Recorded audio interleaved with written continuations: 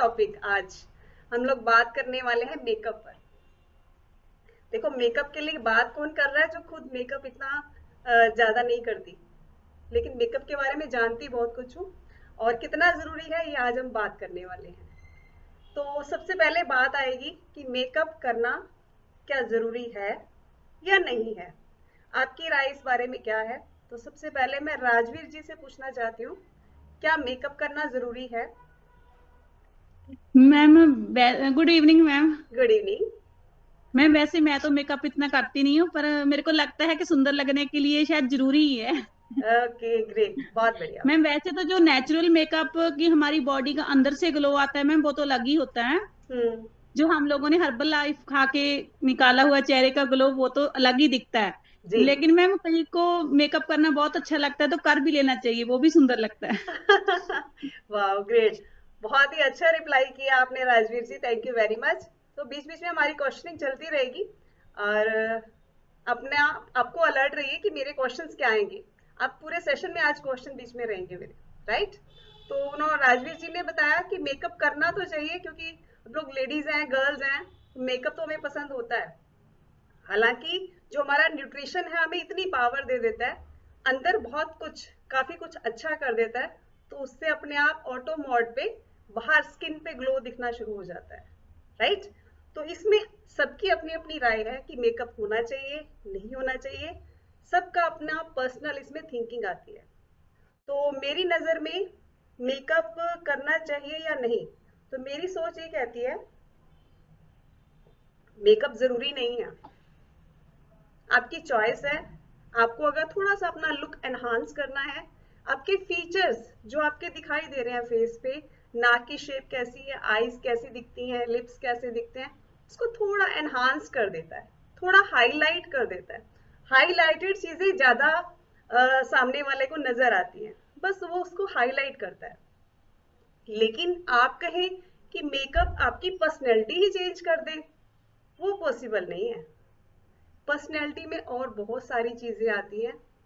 आपका देखने का तरीका, आपका बात करने का तरीका, आपकी ड्रेसिंग सेंस, आपका सोचने का तरीका, है ना, आपकी पेशेंस, आपकी जो अंदर से वाइब्स, आपके चारों ओर का एरिया, वो सारी, जो आपका ऑरा है, सॉरी एरिया कह रही हूँ मैं, ऑरा है, वो सब मिलके एक पर्सनैलिटी बनाता है, राइट? तो मेकअप सिर्फ आपको हल्का सा लुक में चेंज ला सकता है, फ्रेशनेस ला सकता है, लेकिन आपकी पर्सनैलिटी बहुत सारी चीजों पर डिपेंड करती है, राइट? तो दो चार लाइनें इसके बारे में कि मेकअप करना चाहिए, क्या करता है मेकअप। सबसे पहले तो मैंने बताया कि आपके लुक को चेंज करता है, राइट? दूसरा, आपकी जो अनइवन स्किन है, वैसे तो न्यूट्रिशन से बहुत सारा चेंज आ जाता है, लेकिन अभी अगर हमने न्यूट्रिशन शुरू किया है, अभी हमारी जर्नी स्टार्ट हुई है, तो हमारी स्किन जो है कई बार यहाँ से डार्क होती है, साइड से, यहाँ से थोड़ी लाइट होती है, यहाँ से डार्क है, यहाँ माथे से यहाँ डार्क है, मतलब सारी स्किन का जो कलर है एक जैसा नजर नहीं आता, एक जैसा नहीं होता। तो उसको टोन करता है, एक जैसा दिखाने में हेल्प करता है, राइट? कुछ टाइम के लिए फ्रेशनेस, फ्रेश दिखता है चेहरा, थोड़ा ग्लोइंग दिखता है, चमक दिखती है चेहरे पे, राइट? तो और स्किन को प्रोटेक्ट भी करता है, अगर आपकी उस फेस क्रीम में सनस्क्रीन डला हुआ है तो, राइट? और डार्क सर्कल्स को, दाग धब्बों को कुछ हद तक छिपा सकता है, राइट? तो ये काम करता है मेकअप। तो अब आप समझ गए होंगे कि हमारे लिए मेकअप है या नहीं है। जो मेरी पर्सनल सोच है मेकअप के बारे में, कि ऐसा ना हो कि आप मेकअप से अपने आप को इतना छुपा लें कि कभी बिना मेकअप के दिखे तो आपको शर्मिंदा होना पड़े। ऐसा भी नहीं होना चाहिए, राइट? यानी इतना हैवी मेकअप ना हो कि जब आप बिल्कुल बिना मेकअप के दिखे तो सामने वाले के लिए हंसी का पात्र बन जाए, राइट? तो उतना ही होना चाहिए, नेचुरल होना चाहिए। वो मेरी थिंकिंग है, आपकी अपनी पर्सनल हो सकती है, राइट? तो मेकअप को जरूरी ना मानते हुए हमें ये मानना चाहिए कि पहले हमें, आपको दोनों में से एक चुनना पड़े बजट में, पर्सनल स्किन केयर या मेकअप, तो आप लोग क्या चुनेंगे? हैंड रेस करके बताइए। पर्सनल स्किन केयर या मेकअप, दोनों में से अगर एक चीज चुननी पड़े तो आप क्या चुनेंगे? तो सुनीता मैम के पास चलते हैं, वो क्या कहते हैं इस बारे में। Good evening ma'am. Good evening. Ma'am personal skin care. Sir skin care. हाँ राइट राइट, बहुत बढ़िया, बहुत अच्छा आंसर किया आपने, thank you very much Sunita ma'am. तो डेफिनेटली यहाँ मेरी और सुनीता मैम की सोच मिलती है, क्योंकि personal skin care long time के लिए है, लंबे टाइम के लिए है। आपको हमेशा धीरे धीरे आपकी स्किन को नेचुरली सुंदर बनाएगी।